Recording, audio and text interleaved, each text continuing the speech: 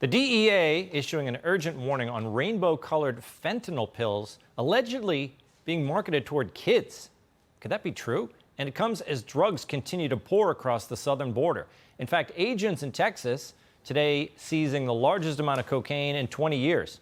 But don't worry, White House Press Secretary Karine Jean-Pierre says they're on the case. When is the president going to do something? So I will say that you have seen a 200% increase of fentanyl seizures, which means that we are doing the job of catching drug traffickers. 200%, hold on, 200% increase, just again, Americans' life seizures. expectancies are going down at a rate not seen in a century, and part of that is being driven by drug overdoses. So we see those same numbers as well, but the fact that we are securing the border. 300 overdoses. This is being designed to target children. Drug cartels in Mexico want to kill American kids. What is this president doing about it? I hear you. I just laid out 200% of increase of drug fentanyl seizures. This is something that's incredibly important to this president. So to say that we're not doing enough, Peter, is just falsely, categorically wrong. Will they ever get to those root causes? Here with me now, Spectator editor-at-large and Fox News contributor Ben Domenech. Ben, welcome to the show. And was Karine's answer satisfactory to you? Karine Jean-Pierre issuing unsatisfactory answers to Peter Doocy questions is as reliable as Leonardo DiCaprio breaking up with any woman who's about to turn 25. It's just, you can just set your watch by it. And unfortunately in this case, when she says, oh, look, the seizures are going up by, this percentage, well, wouldn't it go up even higher if you actually had more personnel on the border trying to deal with this problem? It's overwhelming the resources that we already have there. We see the evidence of it everywhere.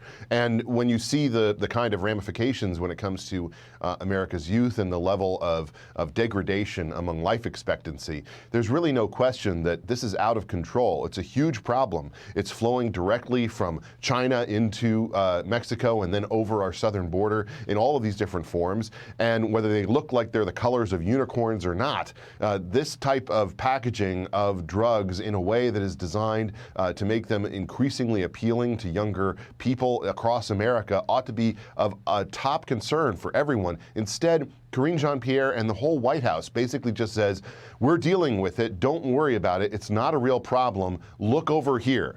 And that's what they've been doing ever since they really took office. Well, also the White House said this week, they denied that people are just walking across the border. I think this was another Doocy question. She said they're not just walking across the border, that's just not happening. But obviously, it's what's happening. We watch the pictures on the news all the time. Have you ever seen a White House that's so comfortable just saying the opposite of what is and, just doing it calmly and with a straight face? I really would welcome Karine Jean-Pierre to take a trip down to the border to hang out with Bill Melugin for a day.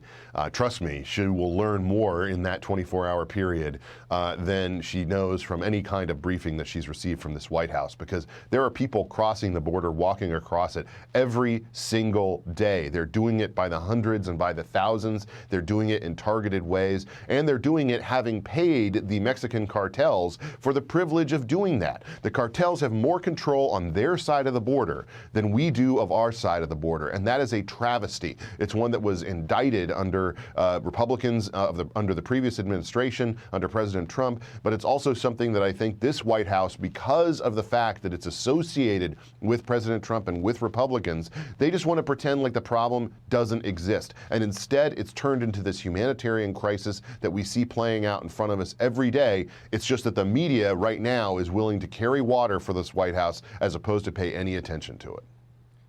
In my experience, drug dealers don't want their customers to die. They want them to be hooked on drugs, right? So we've heard a lot of this, the idea that China is doing this. They're trying to kill Americans. Do you think it's that simple? It's kind of a, an international act of aggression. I don't know if you call it an act of war. Are they trying to kill Americans with this stuff, you think? They're trying to kill Americans, but they're also trying to just rot our culture. I mean, Tom, the reality is that when you look at everything that the Chinese have done over the past several years, it's unquestionable that they have invaded our culture via TikTok and other means. They have tried to pressure Hollywood and all these different studios to do what they want. They try to eliminate the ability of Americans to have really a healthy culture, and I think that this is just one more part of that. There's a profit motive, obviously, and that's something that takes priority, but I think it's also something that is much more devious in a certain way. And when it comes to the behavior of American corporations, of the people who have power in America today, they are often far more beholden to Chinese interests than they are to the interests that they have here at home. That's something that I think is a much broader and a cultural problem, an economic problem, and a political problem that we will have to wrestle with for years to come. Yeah, it's very true. You don't see fentanyl is not being sold in the streets of China, that's for sure. Thanks, Ben.